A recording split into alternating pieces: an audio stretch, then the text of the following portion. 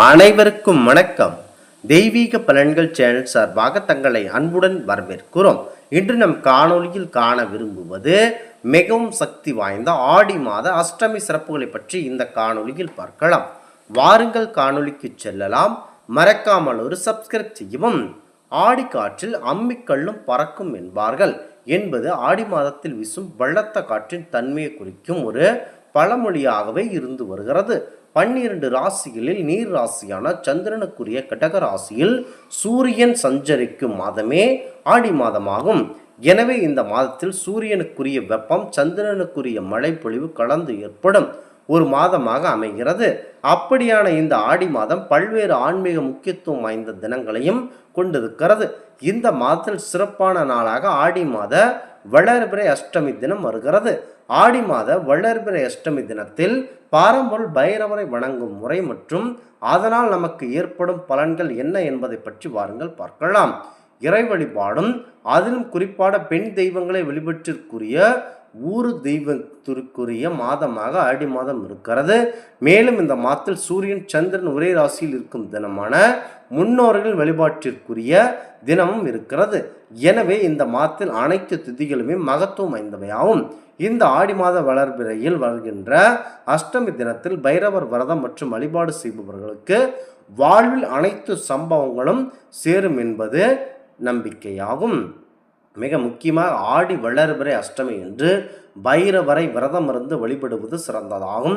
ஆடி வளர்பிறையில் அஷ்டமி தினம் அதிகாலையில் எழுந்து குளித்து முடித்துவிட்டு உடல் சுத்தம் செய்து மற்றும் மன சுத்தத்துடன் காலை முதல் மாலை வரை உணவு ஏதும் உண்ணாமல் பைரவருக்கு விரதம் இருந்து மாலையில் அருகில் உள்ள பைரவர் கோயிலுக்கு அல்லது சன்னதிக்கு சென்று ஸ்ரீ பைரவருக்கு செவ்வரளி பூ மாலை, அதாவது சிகப்பு நிற செவ்வரளி பூ மாலை சாற்றி செவ்வாழைப்பழம் நெய்வேத்தியமாக படைத்து தேங்காய் 2ஆக உடைத்து அதில் நெய் அல்லது விளக்கெண்ணெய் ஊற்றி தீபம் பைரவருக்குரிய தீபம் ஏற்றி பைரவருக்குரிய மந்திரங்கள் துதிகள் சொல்லி நீங்கள் கண்டிப்பாக வழிபாட்டை இந்த ஒரு வடிவில் இருக்கும் பைரவர் கோயிலுக்கு கண்டிப்பாக செய்யலாம்.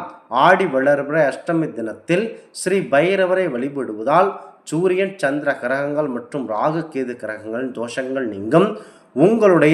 உங்கள் வீட்டையும் பிடித்திருக்கும் துஷ்ட சக்திகளும் நீங்கும்.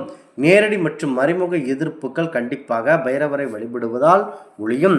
லட்சுமி கடாட்சம் உண்டாகும்.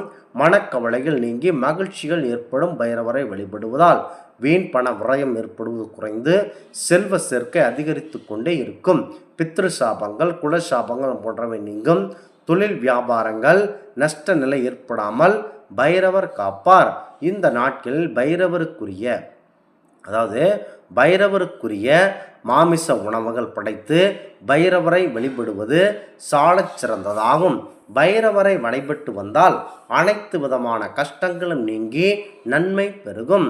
வீட்டில் வழிபட முடியவில்லை என்றால் சிவன் கோவிலுக்கு ராகு கால நேரத்தில் சென்று அங்கு நடக்கும் பைரவர் வழிபாட்டில் கலந்து கொண்டு பைரவரை தரிசனம் கண்டிப்பாக செய்யலாம்.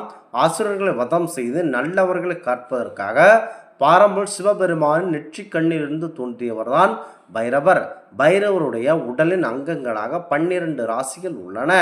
பைரவரின் சேர்வகர்களாக நவகிரகங்களும் இருப்பதால் தன்னை வணங்கக்கூடிய பக்தர்கள் எந்த ராசியை சேர்ந்தவராயினும் நவக்கோள்களில் எந்த கோள்களின் தாக்கத்தில் பாதிப்பு வந்தாலும் கெடுதல்கள் அனைத்தில் இருந்தும் கண்டிப்பாக பைரவர் விடுவிப்பார்.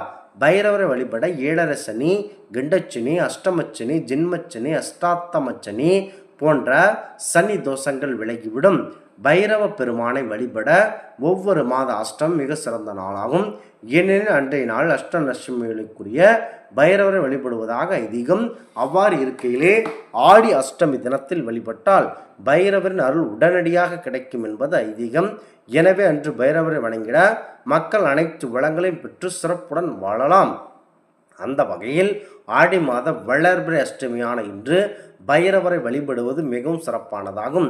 பைரவரை வழிபட காலை 5:47 தொடங்கி அடுத்த நாள் 6 மணி வரை பைரவர் அஷ்டமி இருக்கிறது.